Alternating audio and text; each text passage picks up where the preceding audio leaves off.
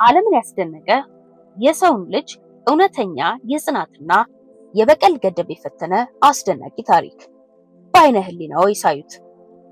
አየሩ በጭጋግ የተሸፈነ አጥንትን ሰርስሮ በሚገባው ቅዝቃዜ ውስጥ አሉ።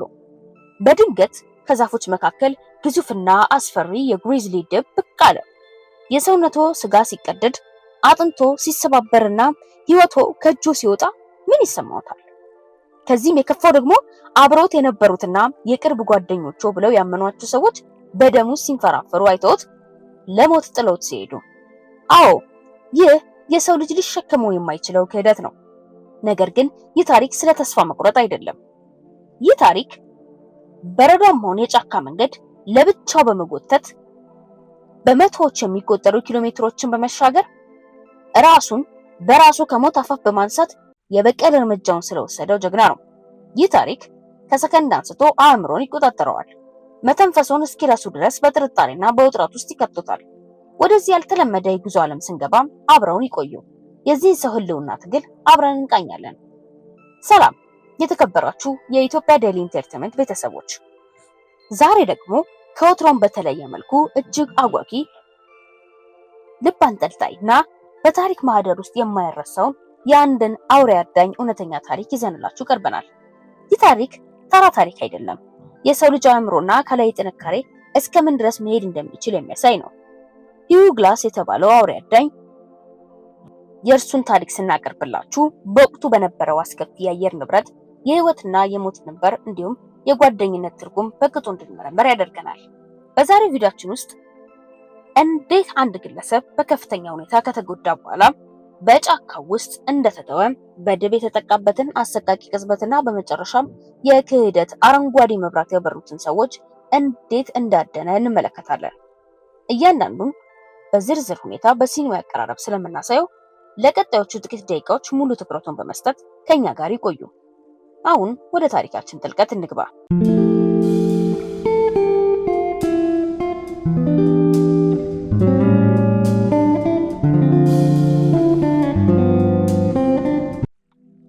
እንደ አውሮፓውያን አቆጣጠር በነሐሴ ወር 1823 የአሜሪካው ሰሜናዊ ምዕራብ ድንበር ሚዙሪ ወንዝ ተፋሰስ አየሩ በጭጋግ የተሸፈነ ሲሆን የተፈጥሮ ኃይል እጅግ በሚያስደነግጥ ሁኔታ የሰው ልጆች የሚፈትንበት ነው። በወቅቱ የነበረው ሁኔታ እጅግ አደገኛ ነበረ። የሮኪ ማውንቴን ፈር ካምፓኒ አዳኞችና አሳሾች በጫካው ውስጥ እግራቸውን እየጎተቱ ይጓዛሉ። የጉዞ ዓላማ ግልጽ ነበረ፣ ውድ የሆኑ የእንስሳት ቆዳዎችን መሰብሰብ። ነገር ግን በዚህ ጉዞ ውስጥ ያለው አደጋ ከትርፉ እጥፍ በላይ ነበረ። መንግስትና የተለያዩ ኩባንያዎች በጫካው ላይ ሙሉ ቁጥጥር ለማድረግ ቢሞክሩም የተፈጥሮን ኃይል ግን መቆጣጠር አልቻሉም። ከነዚህ አዳኞች መካከል ሂዩ ግላስ የተባለው አውሬ አዳኝ ይገኝበታል። ግላስ ተፈጥሮን የሚያውቅ ከጫካው ጋር የሚተነፍስ ሰው ነው። የእሱ እይታዎች የገጠመኝ ጥልቀትና የስልት ጥበብ የቡድኑ መሪዎች የሆኑትን ካፕቴን አንድሪው ሄንሪን እንኳን የሚያስደነግጥ ነበረ።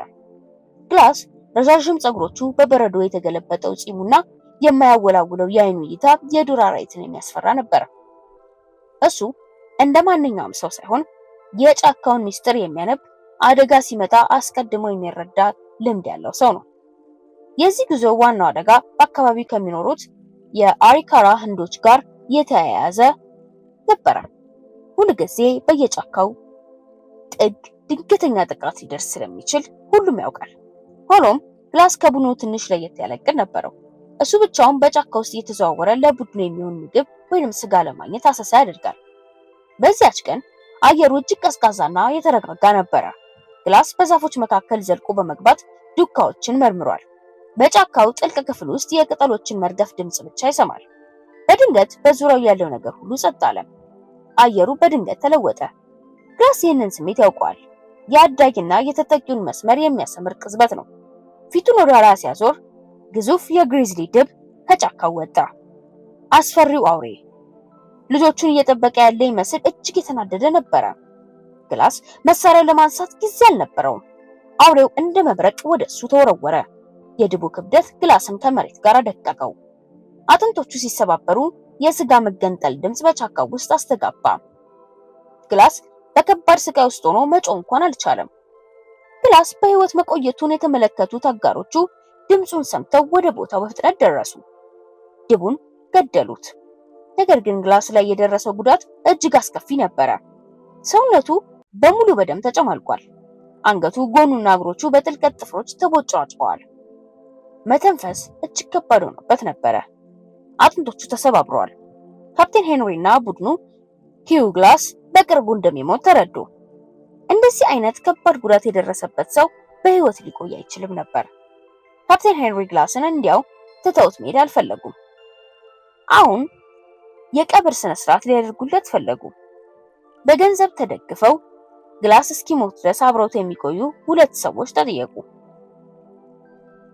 ጆን ፊትዝጀራልድ እና ወጣቱ ጂም ብሪጀር።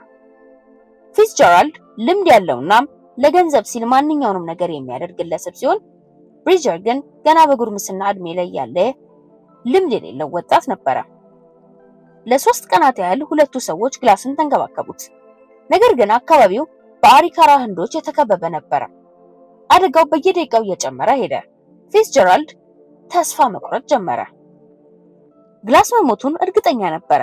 ነገር ግን እርሱን ለመጠበቅ በሚደረገው ጥረት የራሱን ህይወት አደጋ ላይ መጣል አልፈለገም።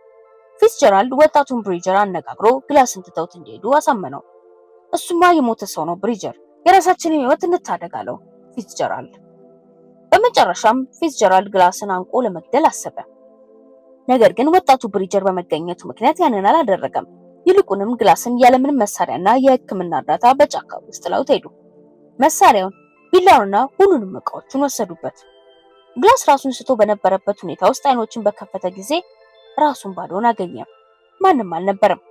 በርድና የስጋ ቁስለት ሰውነቱን በሙሉ ወረረው። በዙሪያው ምንም አልነበረም፣ ብቻውን የተተወና የሚሞት ሰው። ነገር ግን ከዚህ የከፋው ክደት ገና አልተጠናቀቀም ነበር። አሁን በዙሪያው ያለው ዝምታ እጅግ አስፈሪ ነው። ሂው ግላስ ባዶውን ሜዳ ላይ ብቻውን ተወው። የሙቀቱ መጠን እየቀነሰ በረዷማው የጥቅምት ወርቅ ንፋስ አጥንትን ሰርስሮ በሚገባ ሁኔታ ይነፍሳል። ግላስ እግሮቹን ለማንቀሳቀስ ሲሞክር ሰውነቱ ውስጥ ያለው ስቃይ ልብን የሚሰብር ነው። አጥንቱ የተሰበረው እግሩ እሱን ለመደገፍ ፈቃደኛ አልሆነም። በጀንባው የተኛበት ቦታ በደምና በበረዶ የተጨማለቀ ነበረ። ነገር ግን ግላስ ሊሞት አልፈለገም። ያሳደገው የዱር አራዊት ስሜትና የበቀል ስሜት በውስጡ አሁንም ይንቀሳቀሳል። የበቀል ፍላጎት፣ እነዚያን ክህደት የፈጸሙትን ሰዎች የማግኘት ጽኑ እምነት፣ ጆን ፊትዝጀራልድ እና ጂም ብሪጀርን የሐሳብ እንደ እሳት በውስጡ ነደደ። በመሬት ላይ መጎተት ጀመረ። እያንዳንዱ እንቅስቃሴ እጅግ አስከፊ ነው። በድንጋዮች የተሞላው መሬት፣ የሾሉ ቅርንጫፎችና የቀዘቀዘው አፈር በቁስሉ ላይ ሲፈጩበት የሚሰማው ስቃይ በቃላት የሚገለጽ አልነበረም። ግላስ ግን ወደፊት መጎተቱን አላቆመም። ርቀቱ በመቶዎች የሚቆጠር ኪሎ ሜትር ነበረ። በዙሪያ ያሉት አውሬዎች እንደ ተኩላዎች ያሉ አዳኞች ደሙን እያሸተቱ ይከተሉት ነበር። በአንድ ወቅት የተኩላዎችን መንጋ ግማሹን የሞተ እንስሳ አስክሬን ሲበሉ አገኛቸው። ግላስ በጣም የተራበና የተጠማ ስለነበር አዳኞቹን ለማስፈራራት እንኳን አቅም አልነበረም። ነገር ግን የሰው ልጅ በህልውና ትግል ውስጥ የሚያሳየው ጥንካሬ ታየ። በድንጋይና በእንጨት ተጠቅሞ የተኩላዎችን መንጋ አስፈራራ። የብቸኝነት ስሜትና የሞት ጥላ ግን ሁልጊዜም ከጎኑ ነበሩ። ጉዞ ሲቀጥል አየሩ እጅግ አስከፊ ሆነ። በረዶ መጣል ጀመረ። ግላስ ሰውነቱን በቆዳ ለመሸፈን ሞከረ። ነገር ግን ቁስሉ አሁንም ይደማል። ቁስሉ ውስጥ የነበሩት ትሎች ስጋውን መብላት ጀመሩ። ግላስ በጣም የሚያስደነግጠውን ውሳኔ ወሰደ። ቁስሉ ላይ የተከማቹትን ትሎች ማውጣት።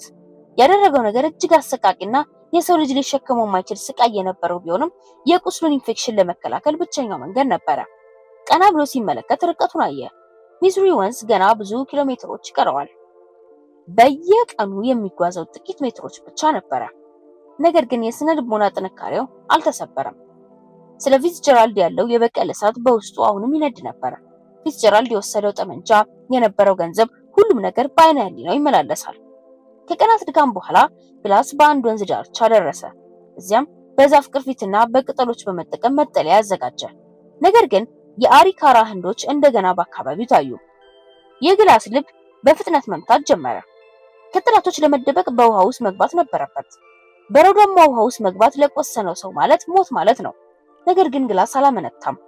ወደ ውሃው ዘልቆ በመግባት ከጠላቶች እይታ ተሰወረ። ውሃው እንደ መርፌ ሰውነቱን ቢወጋውም ግላስ ግን ተቋቋመው። ከውሃው ሲወጣ የሰውነቱ ሙቀት በከፍተኛ ሁኔታ ቀንሶ ነበረ። መራመድ አቅቶት እንደገና መሬት ላይ ወደቀ። በዚያች ቅጽበት ከፊቱ ግዙፍ የሆነ የጫካ እንስሳ ድምጽ ይሰማል። ግላስ ቀና ብሎ ሲመለከት የጨለመው ጥላ በዙሪያው አንሰራፋ። ማታው እየጠለቀ ሲሄድ ሌላ አደገኛ አደጋ ከፊቱ ተደቀነ። የጨለማው ጥላ ቀስ ብሎ ወደ ግላስ ሲጠጋ የነበረው ውጥረት እጅግ ከፍተኛ ነበር። ግላስ አይኖቹን በጭንቀት አፈጠጠ። የቻካው ድምፅ ሙሉ በሙሉ ጸጥ አለ። አፈጣጠሩ ያደረገው እንቅስቃሴ እሱን ሊያጠቁት የተዘጋጁ ተኩላዎች ሲሆኑ የአሪካራ የጦር ሰራዊት አሰሳ ቡድን ነበረ። በድንገት ከጨለማ ውስጥ ብቅ ያሉት እነዚህ ሰዎች ግላስን እንዳጋጣሚ ያዩት። ግላስ ለመንቀሳቀስ አቅም አልነበረው። ሰውነቱ በከፍተኛ እንቅስቃሴና በደም መጥፋት ተዳክሟል። ነገር ግን ግላስ ባሳየው የረቀቀ የማታለል ችሎታና በጫካ እውቀት በመጠቀም በጨለማው ጥላ ውስጥ ለመደበቅ የመጨረሻው የኃይል ጠብታ ተጠቀመ። የጠላቶቹ የፈረስ ሰኮና ድምፅ መሬቱን ሲያንቀጠቅጠው ይሰማል። እስትንፋሱን ዋጠ። የሀገሬው ተወላጆች ግላስን አላስተዋሉትም። እሱም በዛፎች ጥላ ስር በመሸሸግ ከሞት አፋፍ ተረፈ። ይህ ክስተት ግን የግላስ የበቀል እሳት የበለጠ አቀጣጠለው። ከዚህ አስከፊ አደጋ ከተረፈ በኋላ ጉዞውን ወደ ሚዙሪ ወንዝ አፋፍ አቀና። በየቀኑ የሚጓዘው መንገድ የስቃይና የትግል ጉዞ ነበር። በአንድ ወቅት ግላስ የምግብ እጥረት ስላጋጠመው ጥሬ ስጋ ለመብላት ተገደደ። የረሃቡ ስሜት አንጀቱን ሲቆርጠው የፊትጀራልድና የብሪጀር ምስል ከዓይኑ አልጠፋም። ከሳምንታት እልህ አስጨራሽ ጉዞ በኋላ ግላስ አንድ የፈረንሳይ አዳኞች ቡድን አገኘ።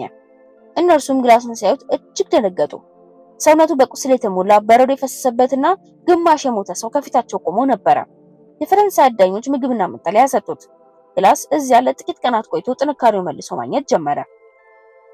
ካገገመ በኋላ ግላስ ጉዞውን ወደ ፎርት ካዮዋ አደረገ። የዚህ ጉዞ ዋና ዓላማ ግልጽ ነበር። ጆን ፊትጀራልድ እና ጂም ብሪጀር ያሉበትን ቦታ ማወቅና በቀሉን መወጣት። ፎርት ካዮዋ በወቅቱ የእንቅስቃሴና የንግድ ማዕከል ነበረ። ግላስ ወደ ፎርቱ ሲገባ የሰዎች ጫጫታና የንግድ እንቅስቃሴ በቦታ ላይ ነግሰው ነበር። ግላስ ካፕቴን አንድሩ ሄንሪን በቦታው አገኘው። ካፕቴን ሄንሪ ግላስን በህይወት ሲመለከት አይኖቹን ማመን አልቻለም። ግላስ ስለ ፊትጀራልድ እና ብሪጅ ክህደት ነገረው። ነገር ግን የተፈጠረው ክስተት በወቅቱ በነበረው ወታደራዊና የንግድ ውስብስብነት ነበረ። ፊትጀራልድ አሁንም የጦር ሰራዊት ውስጥ ነበር። ግላስ እሱን ለመጋፈጥ ዝግጁ ነበረ። ግላስ ተገቢውን መረጃ ሰብስቦ ወደ ፎርት አቲክሰን ጉዞውን ጀመረ። መንገዱ ረጅምና አደገኛ ነበረ። በዚያም የፊትጀራልድ መኖር ተረጋግጦ ነበረ። ግላስ ከፊትጀራልድ ጋር በሚገናኝበት ቅጽበት እጅግ ተቃርቧል። የግላስ እጆች ጠመንጃውን በጥብቅ ያዙ። በፊቱ ላይ የሚታዩ ቁጣና የበቀል ስሜት ወደር አልነበረውም። የፎርት አቲክሰን በሮች ሲከፈቱ ግላስ ወደ ውስጥ ገባ። በዚያም ፊትጀራልድ ከሩቅ ታየ። የፎርት አቲክሰን ድባብ እጅግ ውጥረት የተሞላበት ነበረ። አየሩ በድንገት የቀሰቀሰ ይመስላል። ግላስ ወደ ፎርቱ ግቢ ሲገባ የነበረው ጸጥታ ለጆሮ የሚከብድ ነበር። ሰዎች ግላስን ያዩት። የሞተ የሚመስለው ሰው አሁን ከፊት ለፊታቸው በህይወት ቆሟል። በአይኖቹ ውስጥ ያለው የበቀል እሳትና የቁርጠኝነት ጥልቀት ማንኛውም ሰው ሊያሸብር የሚችል ነበረ። ጆን ፊትጀራልድ ከሩቅ ሆኖ ግላስን አየው። በመጀመሪያ የራሱን አይኖች ማመን አልቻለም። ይህ የማይቻል ነበረ። እሱ የገደለው በረሃው ውስጥ ለሞት የጣለው ሰው ከፊቱ ቆሟል። የፊትጀራልድ ፊት በድንገት ገረጣ። እጆቹ መንቀጥቀጥ ጀመሩ። ድንጋጤው ሰውነቱን በሙሉ ወረረው። ግላስ ግን በከፍተኛ ፍጥነት አልተንቀሳቀሰም። እያንዳንዱ እርምጃው በስለት የተሞላ ነበረ። በዝግታ ነገር ግን በሚያስፈራ እርምጃ ወደ ፊትጀራልድ ቀረበ። ፊትጀራልድ ወደ ኋላ እያፈገፈገ አንተን እንዴት በህይወት ልትኖር ትችላለህ? በማለት በሹክሹክታ ተናገረ። ድምፁ በፍርሃት የተሞላ ነበረ። ግላስ ግን ጠጋ ብሎ ከባድና ጥልቅ በሆነ ድምፅ እንዲህ አለ፣ እኔን ትተኸኝ ሄደ ነበር፣ ነገር ግን አልሞትኩም። በዚህ ጊዜ የፎርቱ አዛዥና ወታደሮች በሁለቱ ሰዎች መካከል ገቡ። ግጭቱ እጅግ አደገኛ ደረጃ ላይ ደርሶ ነበረ። በወቅቱ በነበረው ሕግ መሰረት ፊትጀራልድ የአሜሪካ የጦር አባል ስለነበር በቀጥታ መግደል አይቻልም ነበር። ይህ ደግሞ ግላስን የበለጠ አበሳጨው። ነገር ግን ግላስ ሌላ እቅድ ነበረው። የበቀል ትርጉሙ ግድያ ብቻ አልነበረም። የፊትጀራልድን ክብር፣ ድፍረትና ያንን የወሰደውን ጠመንጃ መልሶ ማግኘት ነበረ። ግላስ በድፍረት የካፕቴኑን ጠመንጃ ጠየቀ። ጠመንጃው የግላስ የህይወት ምልክት ነበር። ፊትጀራልድ ጠመንጃውን ለማስረከብ ተገደደ። ያኔ ግላስ ፊትጀራልድን በቅርበት ተመለከተው። በፊትጀራልድ አይኖች ውስጥ የተንጸባረቀው ፍርሃት ግላስ ከደረሰበት ስቃይ ጋር ሲነጻጸር ምንም አልነበረም። ግላስ የበቀሉን ጣዕም አገኘ። ፊትጀራልድ በፈሪነቱና በክደቱ ተጋለጠ። ከዚያም ግላስ ወደ ወጣቱ ጂም ብሪጀር ዞረ። ብሪጀር በጣም ተጸጽቶ ነበረ። በወቅቱ በጉርምስና እድሜ ላይ የነበረው ብሪጀር በፊትጀራልድ ተጽዕኖ ስር እንደወደቀ ተናዘዘ። ግላስ ወጣቱን ይቅር አለ፣ ምክንያቱም እውነተኛው ተጠያቂው ፊትዝጀራልድ እንደሆነ ያውቅ ነበር። ብሪጀርን በመተው ግላስ የበቀሉን ትክክለኛ ኢላማ ብቻ አተረፈ። ይህ ግላስ ያንን ረጅምና አስከፊ ጉዞ አጠናቀቀ። በህልውና ትግል ውስጥ ያሳየው ጥንካሬ፣ ጽናትና የበቀል ጉዞ ታሪክ አፈ ታሪክ ሆነ። በጫካ ውስጥ የተሰማው ስቃይ፣ የድቡ ጥቃት፣ የጓደኞች ክህደት፣ ሁሉም በታሪክ መዝገብ ውስጥ ተጻፈ። ግላስ ተፈጥሮንና የሰው ልጅ ክህደት ያሸነፈ ሰው ሆኖ አለፈ። ታሪኩ ዛሬም ድረስ የሚያስተምረን ትልቅ ትምህርት አለ። የሰው ልጅ መንፈስ ከማንኛውም የተፈጥሮ ኃይል ወይንም ደግሞ ከክህደት የበለጠ ጠንካራ መሆኑን። ይህንን አስደናቂና ልብ አንጠልጣይ ታሪክ ከወደዱት አሁኑ የኢትዮጵያ ዴይሊ ኢንተርቴይንመንት ቻናላችንን ሰብስክራይብ በማድረግ የቤተሰባችን አባል ይሁኑ። የደወል ምልክቷን በመጫን በየጊዜው የምንለቃቸው አዳዲስ እውነተኛና አጓጊ ታሪኮች እንዳያመልጦት ቪዲዮውን ላይክ በማድረግና ለወዳጅ ዘመዶች ሼር በማድረግ ድጋፉን ያሳዩ። ስለዚህ ሁኔታ ደግሞ በግልጽ እንዲታየው ሊዮናርዶ ዲካፕሪዮ የሰራበትን 2015 ላይ የወጣውን The Revenant የተባለውን ፊልም እጋብዛችኋለሁ። ስለ ሂው ግላስ መታሰቢያነት የተሰራ በመሆኑ የገጠመውን ትግል በግልጽ ያሳያቸዋል። በዚህ ታሪክ ውስጥ ፊትዝጀራልድ ላደረገው ድርጊት ያለውትን አስተያየትና ስለ ሂው ግላስ ጽናት ምን እንደሚያስቡ ከታች ባለው የኮሜንት መስጫ ላይ ጻፉልን። የእናንተ አስተያየት ለኛ እጅግ አስፈላጊ ነው። በቀጣይም ከዚህ የበለጠ አስደናቂና ሳቢ የሆኑ ታሪኮችን እናቀርብላችኋለን። አበረታቱን። አብራችሁን ስለቆያችሁ ከልብ እናመሰግናለን።